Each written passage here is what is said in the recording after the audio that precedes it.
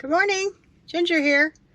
A little different this morning. I'm in the car and I got up early this morning on a non-work day because it's Saturday, and I've come down here to Rancho Marietta and I'm going to be attending, it's an L program, which is a judging program for people learning to become new dressage judges, and I'm actually auditing. I'm not in the L program, but Janet Foy is here and I've been following her on YouTube for quite a few years. Huge fan. Every time I see one of her videos I always learn something, so very excited to be able to participate at least in an auditing format today. This is all classroom. Tomorrow will be the ridden portion, and I'm sure there'll be more things that I'll learn tomorrow, so looking forward to it. Tonight there's a evening with Janet, so I'm hoping that I'll be able to speak with her and let her know that I'm a huge fan, in a geeky sort of way. Always awkward. It's really weird when you meet somebody that you've been following for so many years. You feel like you know them, like they're a friend, but they don't know you. It's so weird. But anyway, so that's today's adventure, and I'll check back with you later.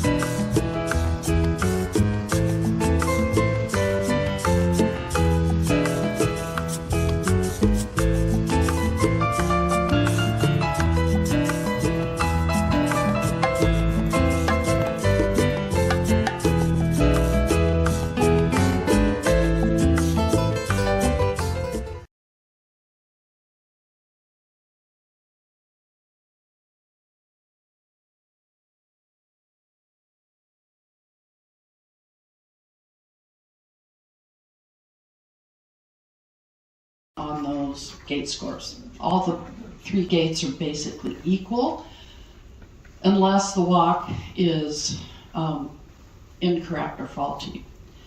So if I'm thinking, gosh, is that a 7 or an 8? Of course you could go 7.5 and pretend you have lots of extra numbers, or you could say, well, let's look at the lengthenings, or let's look at the medium gaits. Did those gaits show us more freedom? And if you say yes, then that gives you a reason to go higher. You can't use the lack of those as a reason to go lower in your gaits. So let me repeat that so you all get this right. You can use lengthenings and mediums as a reason to go higher in your gait score. You cannot use the lack of those to go down in your gait score. Okay? Now we have two walks. Obviously, if the trot is irregular, you're going to blow the whistle and eliminate them. And normally, you don't see too many faulty canters. Sometimes with the Spanish horses you do, but normally it's usually the walk that gives us the biggest problems in the gait score. So we always have two walks, either a medium, well, for you guys, medium and free walk. So they're equally valued.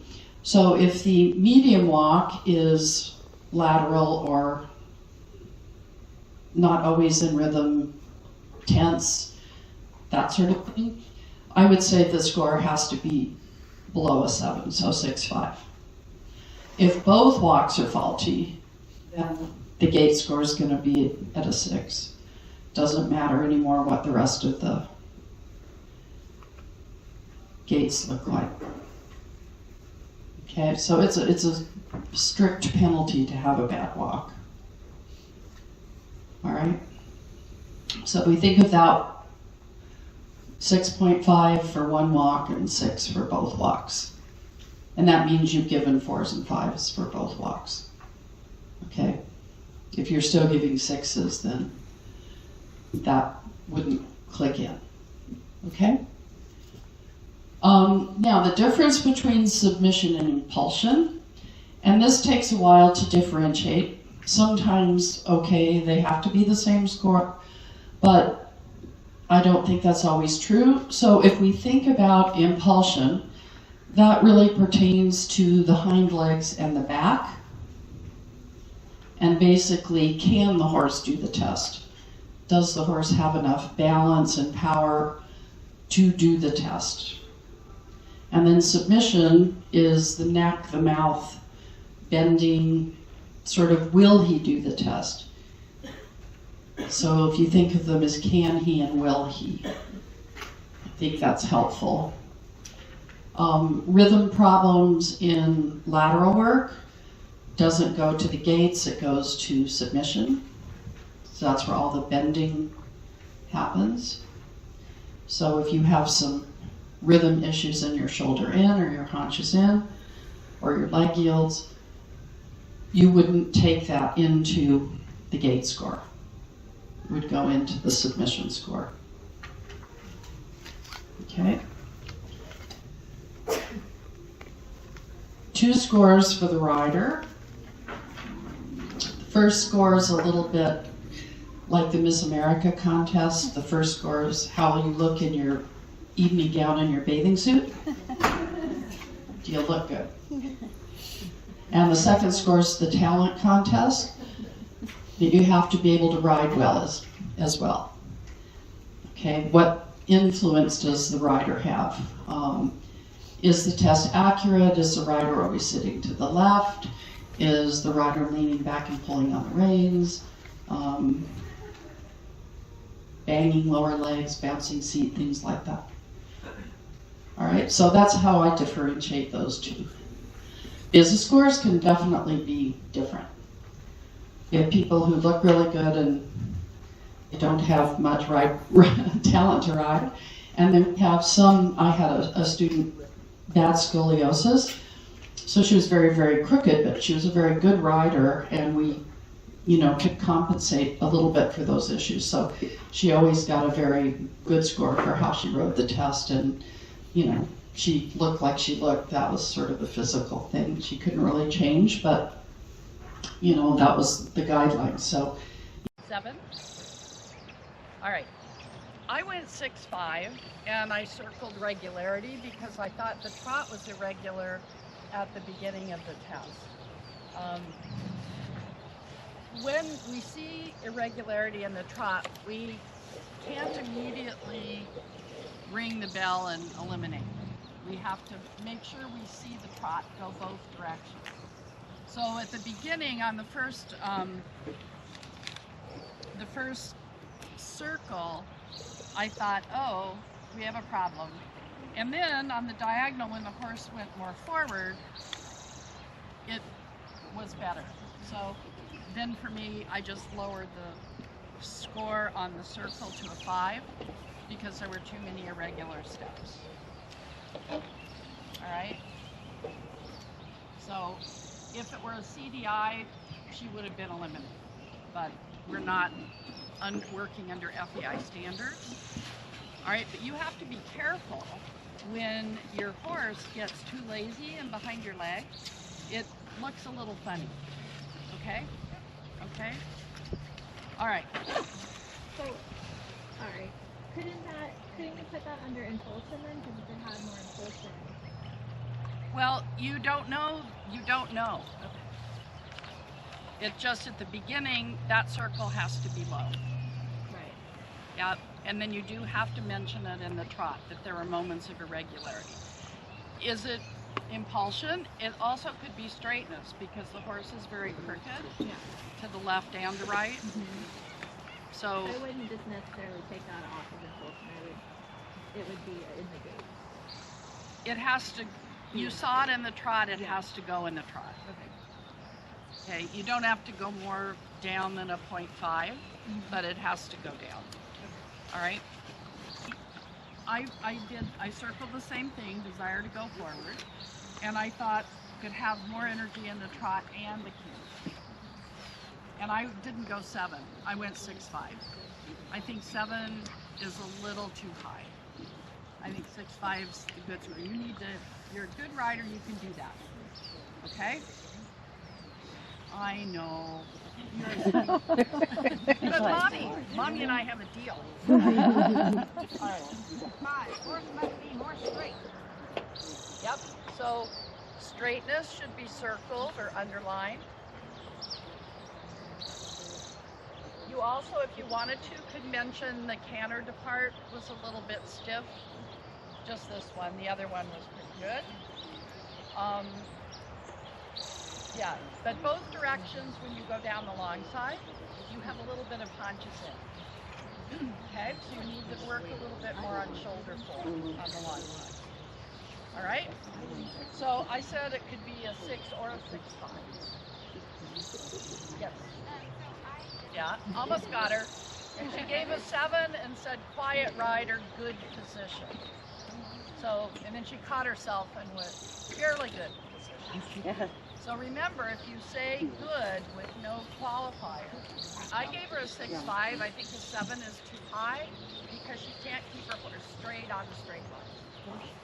Okay. And we want her to be able to go on to first level, second level, and the crookedness is going to create problems with the engagement and the collection. So we have to be more strict here, and yes, it's training level, but it's on the training scale, it's a problem, right? So 6'5", but not a 7. Okay? For me, I did not mention the accuracy because I wanted to mention the more important thing. Fine with me if you have time to do that, but you probably are going to have to pick your comments.